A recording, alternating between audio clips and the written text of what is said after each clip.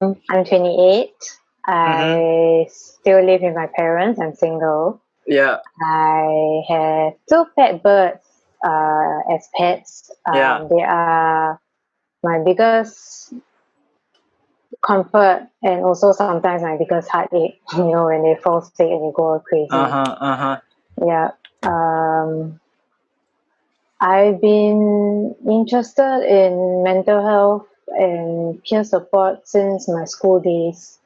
Mm-hmm. Um, Somehow I have the natural tendency for it. That's what friends told me back when I was in secondary school, and they would come to Yeah. me for issues and stuff. So I thought, hey, looks like this is something that I'm good at, and I do enjoy supporting friends. So Mm. in my junior college, they had a formal peer support uh, platform. So Yeah. we attend like a few days training with the school counselor, and then we go around supporting our um, classmates.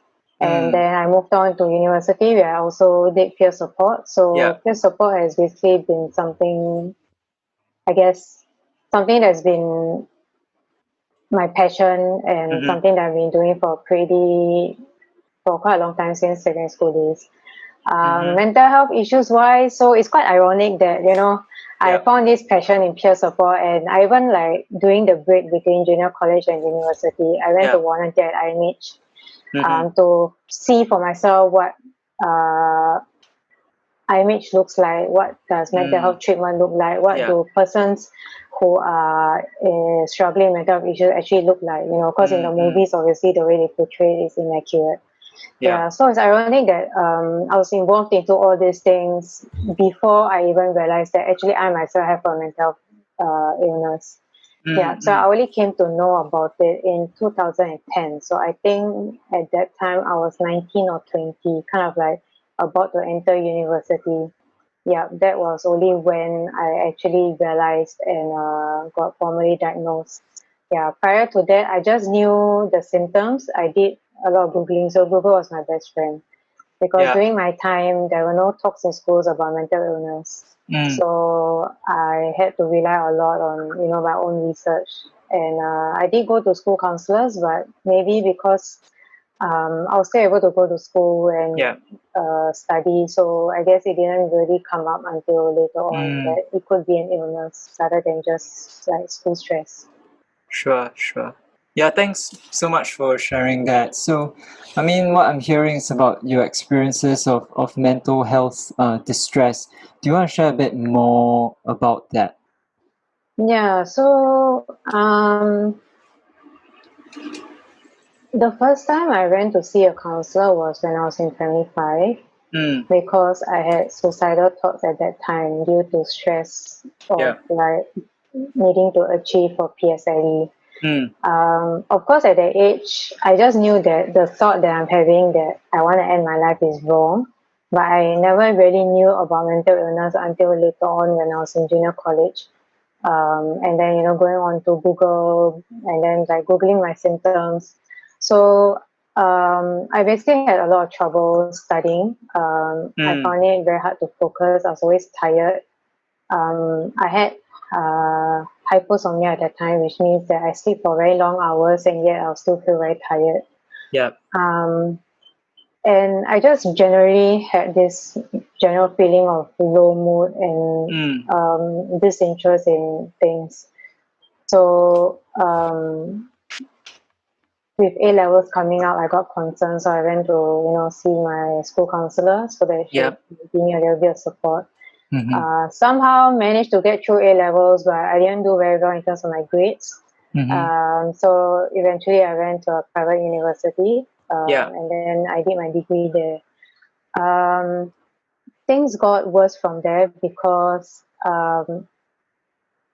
the biggest challenge that I faced in seeking mental health treatment was that despite the distresses or the symptoms that I was facing for my illness, I was still able to perform. So Mm-hmm. I was still able to get good grades, like A's and B's, Yeah.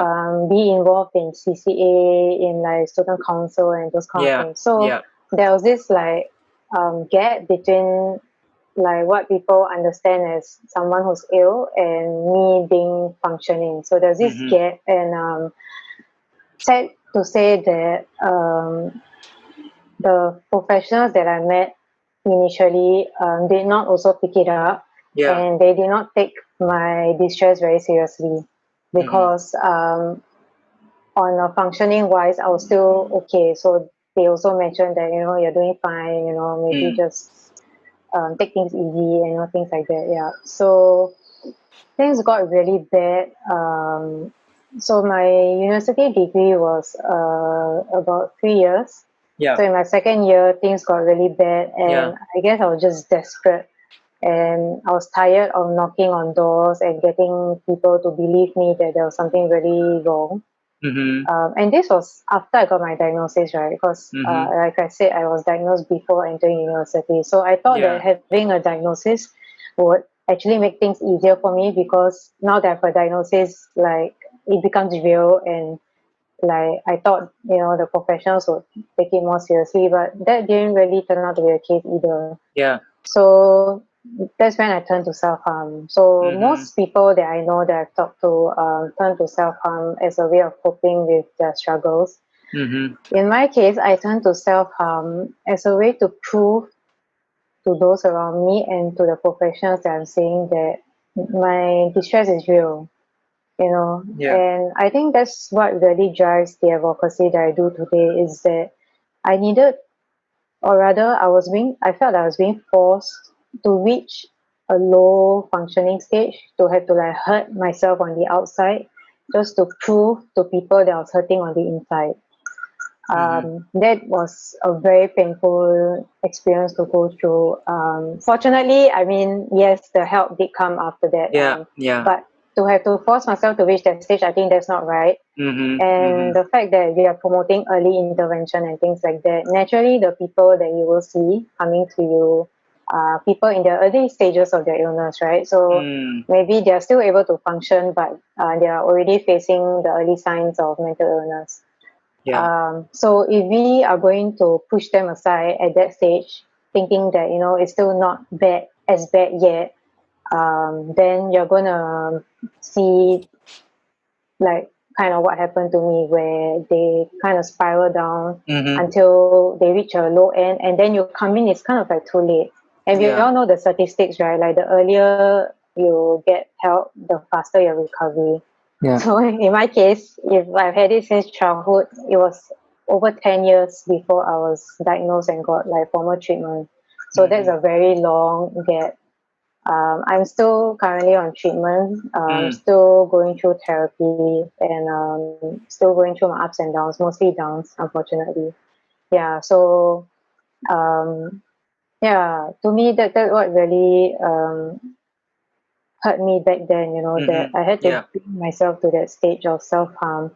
And of course, once you reach that kind of stage of despair where you feel like even the system that's supposed to help you is not helping you, naturally the suicide ideation started to come in. It was also during that time that I had my first suicide attempt. So thankfully my counselor picked it up, and then I was referred to IMH again, and then started on meds, and yeah, things just went on from there. Yeah. Yeah. Yeah. Sure, thanks so much for sharing that. I think that's really brave of you to share. I mean, it sounds like you've been through a very difficult time. I mean, so during this lockdown, this circuit breaker, how has that changed? Yeah, so I was already pretty down before the circuit breaker kicked in. So when the phase one kicked in, I think I was devastated because the announcement from the government was that mental health, initially, right, was that mental services was not essential. Yeah. So at that point of time, I was actually seeing my counselor quite frequently, I think on a weekly basis, because I was actually quite down. So when this kicked in, and then I was just in a lot of distress, and I was so afraid of not being able to see my counselor and get the support that I felt I really needed at the time. And then phase one also meant that there was no going out, right? So Yeah. someone with depression, but at least in my case, although staying at home was like, the best thing because I can work from home and stuff. I personally lack the discipline to make sure that I keep myself occupied. So basically, I just went down a very bad spiral where I just stayed in bed, did nothing, Yeah. and started to entertain all the negative thoughts that were coming up. Yeah. Mm-mm. So in phase one, I really deteriorated. I went back to my old habits of self-harming. Mm-hmm. Started doing things like climbing out of my window, sitting on the ledge, and all that. And then the announcement came in from the government that mental services are now essential. However, it will be up to the relevant agencies to prioritize their cases. Mm-hmm. So again, the priority bit, right? So for someone that's high functioning, that priority bit kind of like question mark, right? That I'll be deep. Yeah. Yeah. Yeah. So, but thankfully, I mean, I guess in a bad way because I was already on the stage of like self harming and like sitting on my window ledge and stuff. My counselor took that as a priority, and I got to see him face to face weekly. And Mm-hmm. really, that's what kept me going throughout phase one. Yeah, if not, but even then, I was backsliding and all that. And Yeah. Yeah. in June, I went to the hospital and I stayed there for 3 weeks. So I got out just when phase two was announced. So Mm-hmm. throughout my 3 weeks in hospital, we couldn't have any visitors and stuff, and we couldn't have activities as well. Like volunteers couldn't come in. So a lot of activities in the hospital setting itself was also not able to happen because of COVID. So thankfully, I had a lot of peers at during that time who were my age, so we kind of just supported one another, and that kept me going in that 3 weeks I was in hospital. Yeah.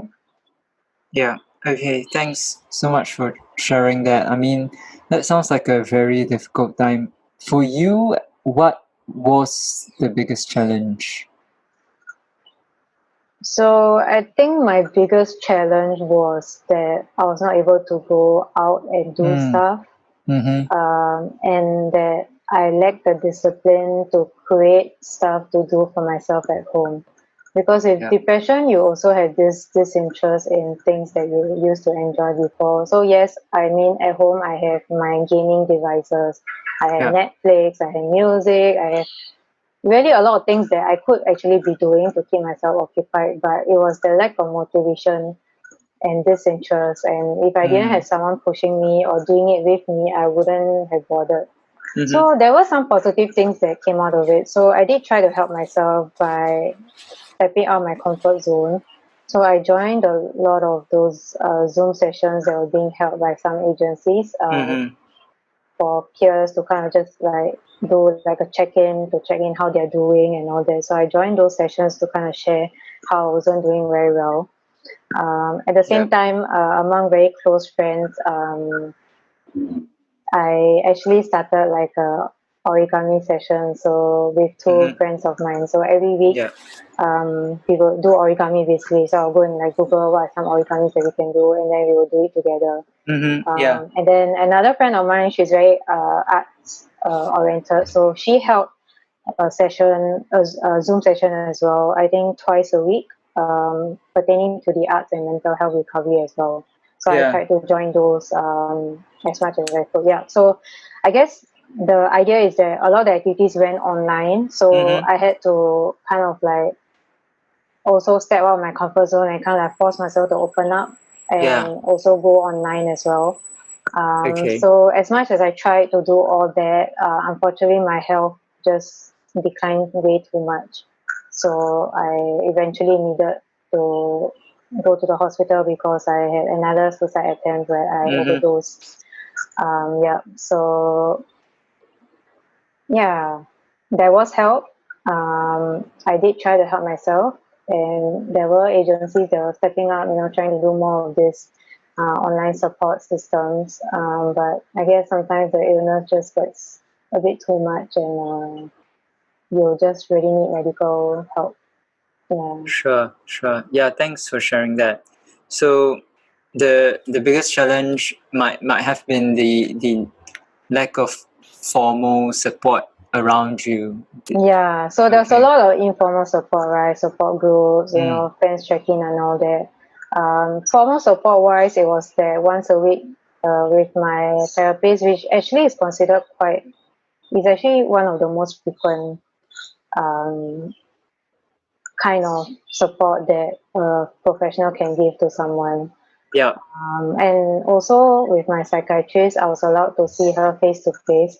But I guess the other reason that caused my decline was also medication. So I think the medication side of things, my medications were not working for me. Mm-hmm. So along with that, yeah, I think Yeah. that's how I had to go to the hospital so that they could titrate my medications and see the effects, the side effects, and also control the side effects while I was in hospital in a safe Mm-hmm. place lah. Yeah. Yeah. Mm. Yeah, thanks for sharing. And just now you shared a bit about the things that actually helped you. So the things like the informal support groups, origami sessions with your friends. Do you feel like anything else helped? Um. So definitely the formal support I got from my counselor, the face-to-face support, Mm-hmm. because we did explore Zoom, but I personally did not want Zoom because I knew that if I'm going to do a Zoom therapy session, I'm actually not going to be as open about my feelings as I would be face to face because basically I do have trauma. So working with clients with trauma symptoms, ideally it needs to be face to face because the therapist needs to be able to observe the body language and to be able to kind of catch the patient when they are dissociating or going through extreme like emotional feelings when they have to re-experience the trauma that they've been through before. So Yeah. doing it over Zoom is actually quite dangerous. So even when I was in hospital, I didn't get to see my psychologist over Zoom because even the hospital staff were afraid that, you know, if I were to do a Zoom session and I get triggered trauma wise, that there won't be support for me because when I'm triggered trauma wise, I can go both ways. So I can either completely dissociate, whereby I faint, or I can go into a self harm mode where I start hurting myself very badly. Yeah, so in Mm-hmm. both cases, I need trained professionals to be around to keep me safe and to help me to come out of Mm-hmm. the emotional experience. Yeah. So um, yeah, even though I had the formal support, Yeah. I think it's a mixture of things like I mentioned, you know, like how my medications were not working, so I was Mm-hmm. having insomnia, and insomnia always makes my health get worse. Yeah. um yeah, and because of that my negative thoughts were just getting worse. Then my suicide thoughts just got worse, and yeah, Mm-hmm. everything just got worse. And even with the formal support I was getting every week, it was just insufficient lah.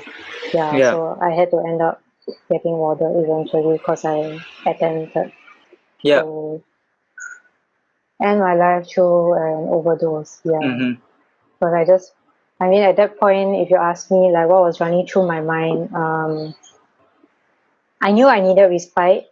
But Yeah. you know, with COVID and all that, you know, it's not like I can book a chalet and stay there for 3 days by myself either because of COVID. So I felt there was no way out, and no one really wants to spend time in a hospital. So I didn't really want to like self check in into a hospital. Um, so yeah, I mean, I think at that point my mind was just already in the illogical stage, and Mm-hmm. yeah, the overdose happened, but thankfully I didn't take enough to die. So I just ended up waking up the next day, but then I was vomiting and I couldn't stand straight. So red flags everywhere. So eventually I was sent to Changi first, which is, so usually they send you to the nearest hospital to treat you for the physical. And then if they deem that you're of high risk and require continued mental health treatment, then they will actually send you to IMH. So I was transferred to IMH, where I spent 3 weeks Yep. there because Yep. unfortunately June was also my birthday. And my birthday is also one of my triggers because I tend to get a lot of negative thoughts and suicide ideations when my birthday comes as well.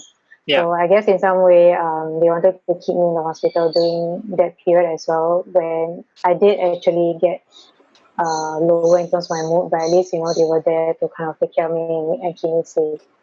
Yeah. Yeah. Sure. Thanks for sharing that.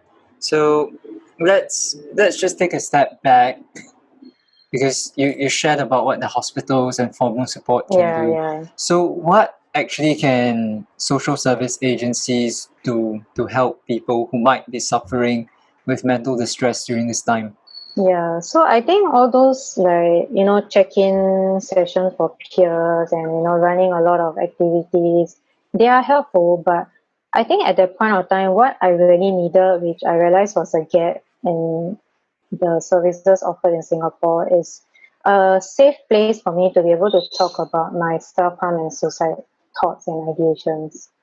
I mean, of course, there's SOS, right? I could always call them. They are the 24/7 outline hotline, Mm, but really, mm, apart from SOS, there's no other platforms that I could really talk about these things. And if I do actually bring it up in some of the support group sessions, immediately they might come to me and say that, you should probably like get yourself like go to A&E, or they might alert my family members and all that.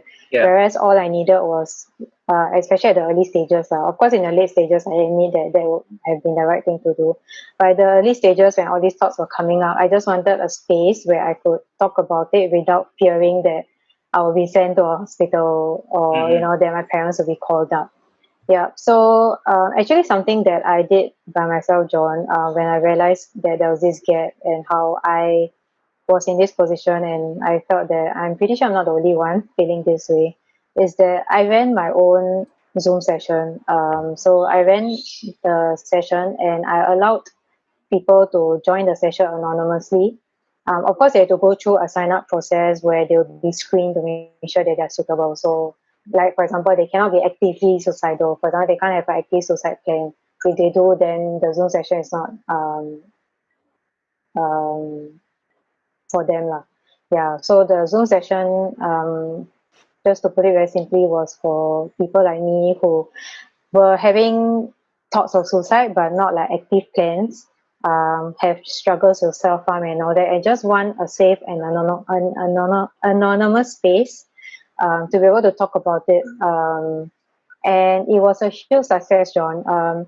Initially, doing it was very scary because I'm not a professional. I'm not a trained counselor or social worker or psychologist. I'm merely just a person in recovery. And sure, I'm trained in peer support specialist and all that. But Yeah. at the end of the day, I made it very clear in the session that this is a peer-led session. There are no professionals on board. So Yeah. if you are coming onto this session to get professional advice, this is not the session for you because there are no Yeah. professionals on board. So there were two schools. So some group of friends told me this is a very risky thing to do. What if something goes wrong? Or there's another group where like, yeah, we actually need this because a lot of people are begging to talk about these experiences, but a lot of agencies are very scared to run such sessions because of the sensitivity of the topic itself. So if you allow me to share screen, John, I just want to share with you what were the biggest takeaways that my participants took away from. Yeah. Um, Sure.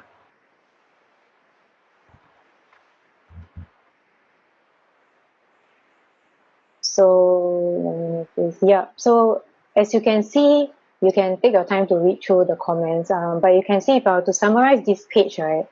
Basically, every single one of them were saying that the need to be honest, and to be able to talk about self-harm and suicide.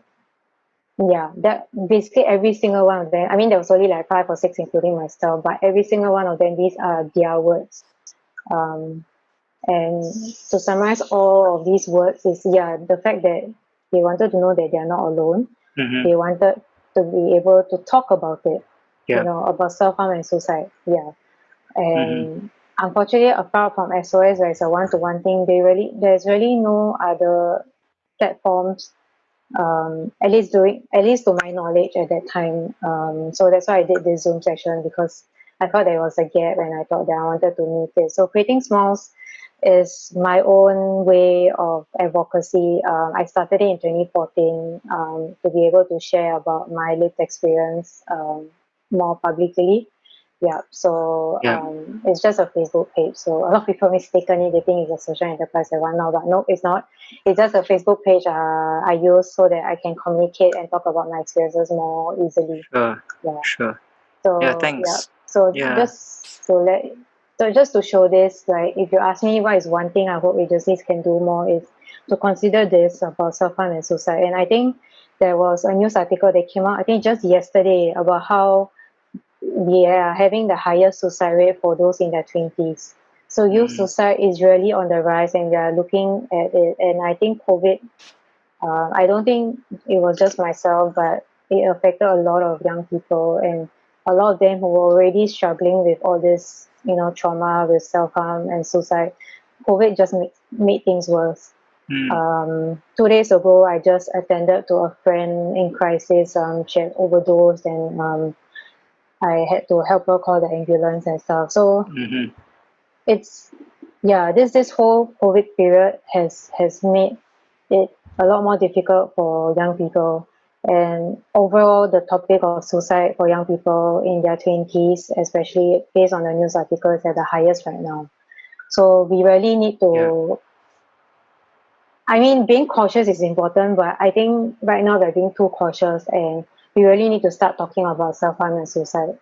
Yeah. Mm-hmm. So that's why John, I actually agreed to do this, because I was like, yes, we really need to openly talk about these things, because a lot of us are keeping it in within us because we don't know where else to share this. Because we are afraid that, if we share this, they'll send us to IMH immediately. But actually, that's not really the case. Yeah. So agencies need to, or rather, I hope they can. I shouldn't like sound like I'm demanding them, but I really hope they can have more Mm. platforms for young people to talk about these things in a safe space. Yeah. Yeah. Thanks so much, Nadera. So I think what you say is really important about there being a safe space and for agencies to think more about how we can open the conversation about self-harm and suicide. And Yeah. I mean, was there anything else you wanted to add about this before we end the interview? Like I said, when I wanted to do the Zoom session, there was a group of people, including professionals, who were telling me that, this is not a good idea. What if someone gets triggered?